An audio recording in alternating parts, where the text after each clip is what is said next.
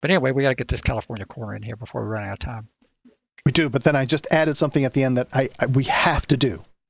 So after we do California corner, I got one other thing to add. All right. Chance, take it away, sir. Okay. California corner. Okay. So, in the past, we've spoken about post-conviction relief, the mechanisms, how to go about doing it in California. This is how you can help yourself in setting that up, setting the stage for post-conviction relief. Now, the goal of post-conviction relief is generally reintegration. And what I mean by that, reintegration is generally understood as a multidimensional process enabling individuals to reestablish the economic, social, and psychosocial relationships needed to maintain life, livelihood, and dignity, and achieve inclusion in civic life, believe it or not, even after, say, Mississippi and Nebraska. Now, the ultimate issue here is, how do I set the stage for my reintegration back into the community? As I see it, there are 4 basic steps. Now let's go to number 1. Number 1 is take responsibility for your conduct. Be accountable for the conduct that led to your conviction. When discussing it with others, be transparent and sincere. Own it.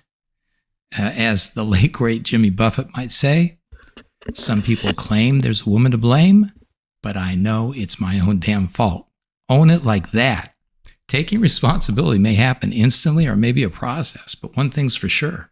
You can't achieve post-conviction success without it.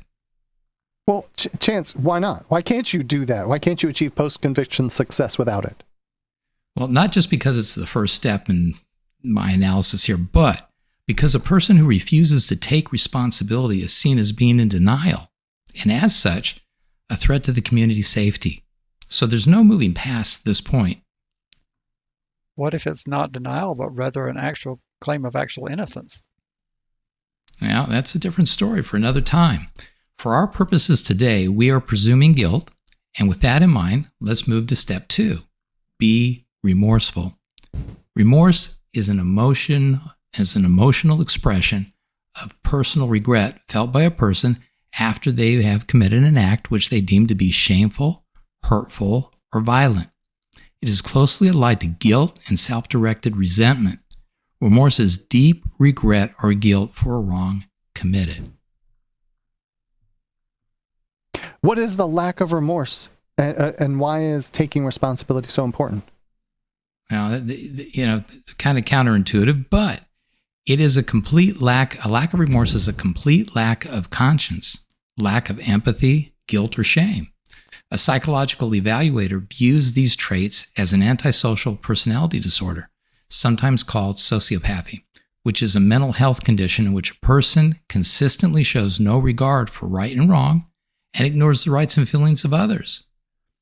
The importance here is, once you take responsibility for your conduct and can emotionally express personal regret for it, you're able to move on to more important aspects of the process, such as step 3, developing insight.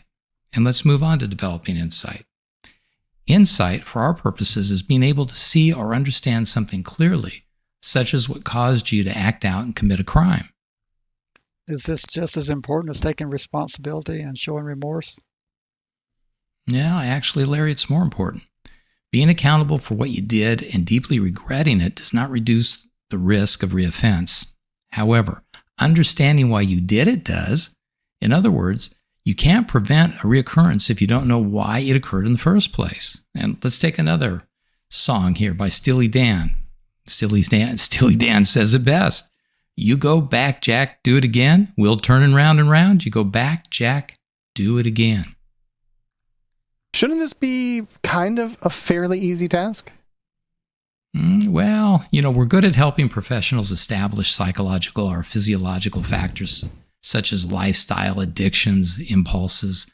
We're good at recognizing triggering events like anxiety and stress, but we're very poor at discovering underlying causes of our conduct because they are so painful and we want to forget about them.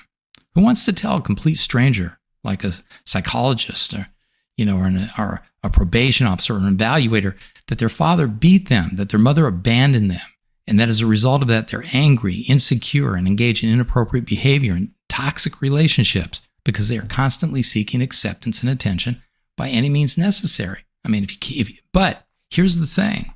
If you can't go there, you can't get to the most salient part of the process, which is step 4, creating a post-conviction prevention plan. And let's move on to that. What I mean by prevention in this context is the action of stopping something from happening or arising again. A post-conviction prevention plan is based on keen insight. For example, I understand the underlying cause of my prior conduct, and I was seriously abused. I was a latchkey kid who chose to suppress my feelings of isolation, abandonment, and anger. Now, I'm not talking about me. I'm saying in general, that's a keen example of insight. Okay? Following this keen insight, you might say, I know what triggers it, because you found that out, stress and anxiety. I know what aggravates it, drugs and alcohol. And I know what to do what happens. Rather than succumb to the triggers and aggravate the situation, I now seek guidance and help from my family, friends, pastor, counselor, therapist, or doctor. If you can achieve these 4 basic steps, you have set the stage for your reintegration back into the community, and this will assist professionals, including your attorney, in helping you get there. Gentlemen, your thoughts? I think that Go ahead, Larry. I think that's a great list of things for your post-conviction. You just have too many liberal ways in California for people to get relief after being convicted. We need to shut down some of that stuff over there. Yeah, there's 1,000 ways to thrive here. Yeah, well, we need to stop that.